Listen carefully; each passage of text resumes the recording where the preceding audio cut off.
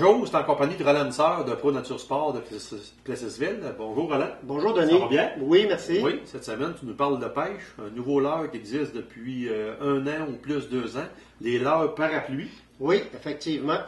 Le leurre parapluie, c'est un leurre qui a été développé aux États-Unis surtout pour pêcher l'achigan au départ. OK.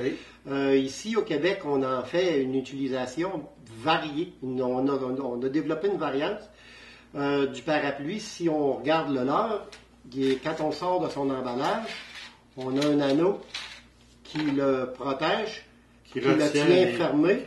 Quand on le rouvre à l'avant, à ce moment-là, notre parapluie va s'ouvrir. Et puis, normalement, on attache des petits jigs, puis on peut le travailler au lancer ou le pêcher à la traîne en le faisant monter, descendre. On fait travailler de même.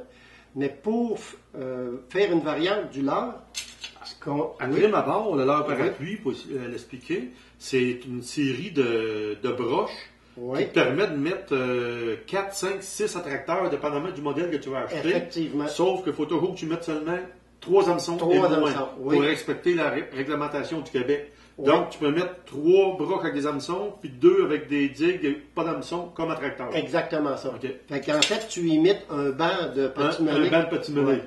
Ici, ce qu'on a fait, on a pris le même leurre.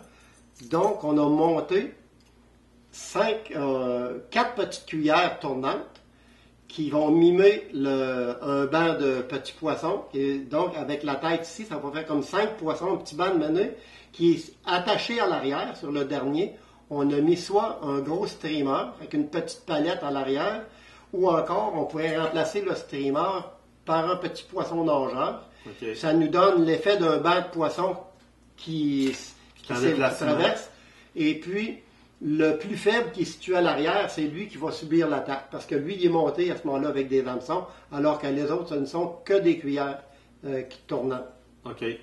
Fait que tu peux laisser aller ton imagination pour poisson nageur. Ça pourrait être une cuillère, une petite sauterne légère.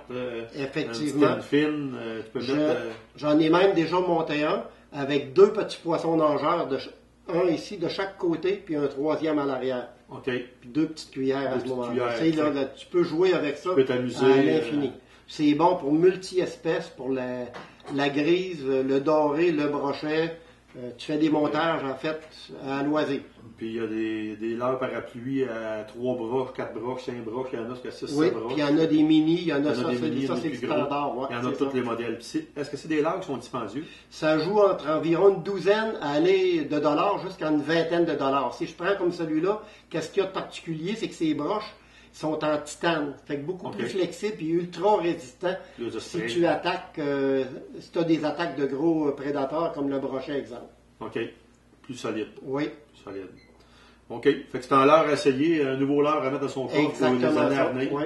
Imiter un banc de petits poissons à peau, puis ça peut être gagnant. Effectivement. Merci Roland. Ça fait plaisir, merci.